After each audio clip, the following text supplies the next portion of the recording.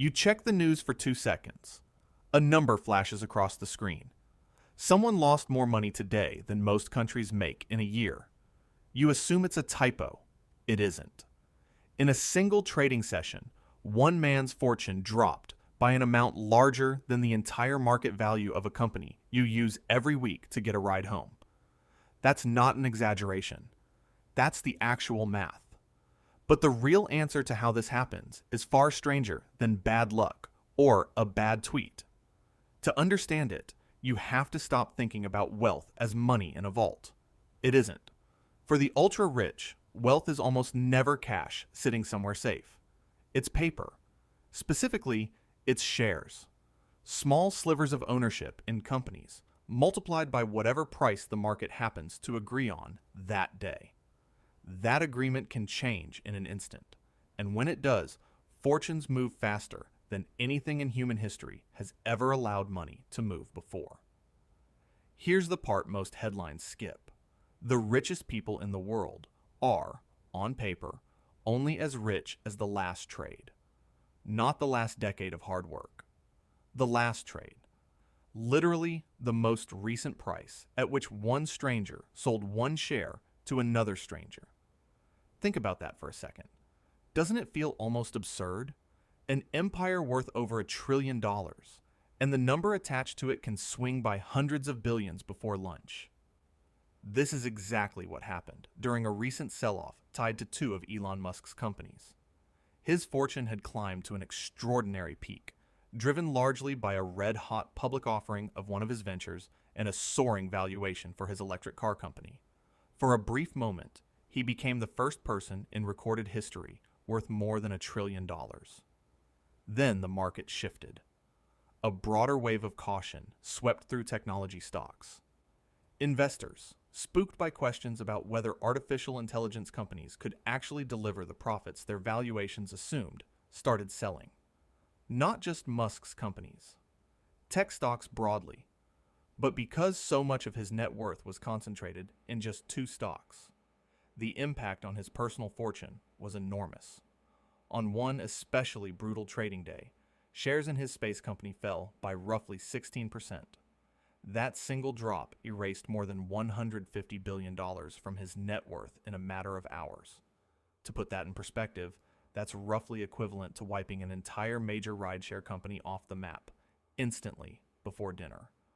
Over the following days, as his other major company also slid, the total decline stretched past $300 billion.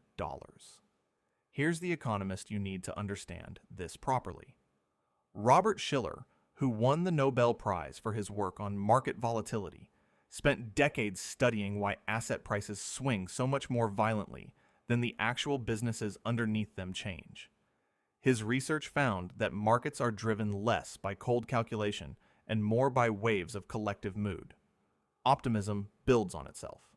Then doubt creeps in, and it builds on itself too, usually much faster than the optimism did.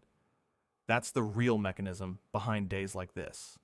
It's not that a company suddenly became worth $300 billion less in value overnight. Its factories didn't vanish. Its engineers didn't quit. What changed was belief. And belief, when it's shared by millions of investors trading in real time, can move faster than any fact ever could. There's a second name worth knowing here. Daniel Kahneman, the psychologist who reshaped how economists think about decision-making, showed that people feel the pain of losing money roughly twice as intensely as the pleasure of gaining the same amount. That single insight explains why sell-offs accelerate the way they do. Once a stock starts falling, the fear of losing more often outweighs the temptation to buy in cheap. Selling triggers more selling. Panic isn't irrational. It's just wired into how brains evaluate risk. Now here's the twist that makes this story stranger than it first appears. Musk didn't spend $300 billion. He didn't lose it to bad investments, a failed business, or reckless spending. On paper, in the most literal accounting sense, that money simply stopped existing, then largely could exist again the moment sentiment shifted back. This is the part regular people almost never experience, and it's worth sitting with. When your bank balance drops, it's because money physically left your account. When a billionaire's net worth drops, it's usually because the market's opinion of their company shifted. The zeros aren't moving between accounts. They're evaporating and reforming based on collective belief. Benjamin Graham, the investor and economist often credited as the father of value investing, described this phenomenon nearly a century ago with a simple metaphor.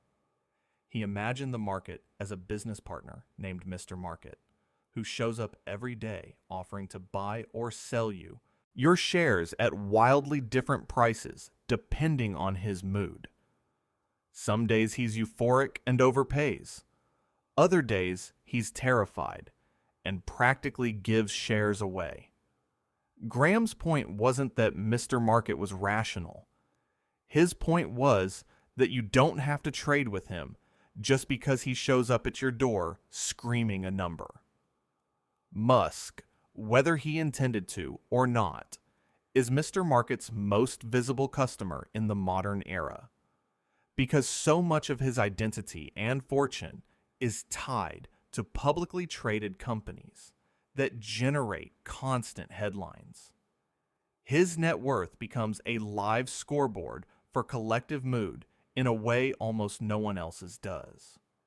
You might be wondering why this matters to you, sitting there with a bank account that will never see 9 figures, let alone 12. Here's why it matters. The same psychological forces driving a $300 billion swing in one man's fortune are quietly shaping your financial decisions too, just at a smaller scale. When your retirement account dips during a rough month, does your first instinct feel like a full-body flinch? That's Kahneman's loss aversion, live and active in your own nervous system. When everyone around you is buying something because prices are rising, does it feel harder to resist than it should? That's the same collective mood Schiller spent his career measuring. The scale is different. The mechanism is identical. There's also a lesson in what didn't happen here. Musk didn't panic sell his shares at the bottom to lock in the loss. Whatever you think of him personally, the wealthiest people in these situations tend to do the one thing that's genuinely hard for anyone watching a number crater in real time. They wait. They let Mr. Market have his mood swing, and they don't feel obligated to trade with him in the middle of it. That waiting is not passive. It's a decision, repeated under enormous pressure, not to convert a paper loss into a permanent one. So, how does someone lose an amount of money that sounds almost fictional in a single day? Not through a mistake, not through theft. Through the simple, brutal math of owning a massive concentrated stake in companies whose value is decided fresh, every single second, by millions of strangers voting with their wallets on how they feel about the future. Tonight, when you check your own account balance before bed, the number will look small next to what you just learned. But the forces moving it, fear, hope, patience, panic, are exactly the same ones that moved $300 billion in a single week for the richest man alive. You just get to watch yours happen on a scale you can actually survive.